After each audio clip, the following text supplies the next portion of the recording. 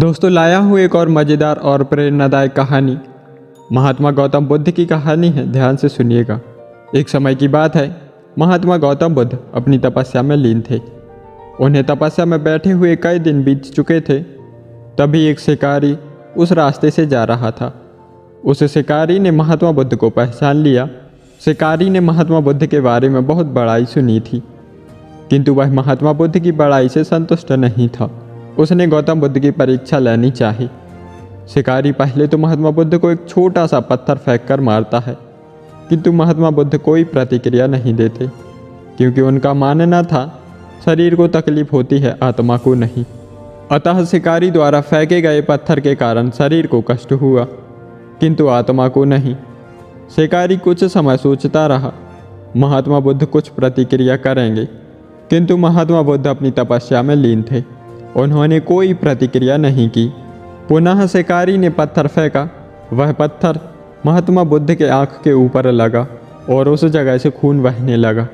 महात्मा बुद्ध को आभास हुआ उनके शरीर से रक्त बह रहा है, किंतु वह फिर भी अपनी तपस्या से नहीं उठे। शिकारी को गुस्सा आया। उसने पुनः एक पत्थर गौतम बुद्ध की ओर फेंका। महात्मा बुद्ध के शरीर से अब और अधिक खून बहने लगा। इतनी पीड़ा महसूस कर गौतम बुद्ध के आंखों से आंसू निकलने लगे। शिकारी ने गौतम बुद्ध के पास जाकर पूछा, आपको जब मैंने पत्थर मारा तो आपने कोई प्रतिक्रिया क्यों नहीं दी? महात्मा बुद्ध ने बड़े ही सरलता के साथ कहा, क्योंकि इससे मेरे शरीर को कष्ट हुआ, मेरे मन मस्तिष्क को नहीं।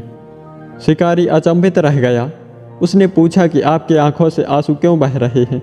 इस पर महात्मा बुद्ध ने पुनः कहा, तुम्हारे द्वारा किए गए अनुचित कार्य के परिणाम के बारे में मेरा मस्तिष्क और मेरी आत्मा विचार करके रो रही है। तुमने इतना बड़ा पाप किया है, तुम्हें कैसी सज़ा मिलेगी? बुद्ध की बातों को सुनकर शिकारी महात्मा बुद्ध के सामने नतमस्तक हो गया और उनसे क्षमा याचना करने लगा। महात्मा बुद्ध क्षमाशील व्यक्ति थे।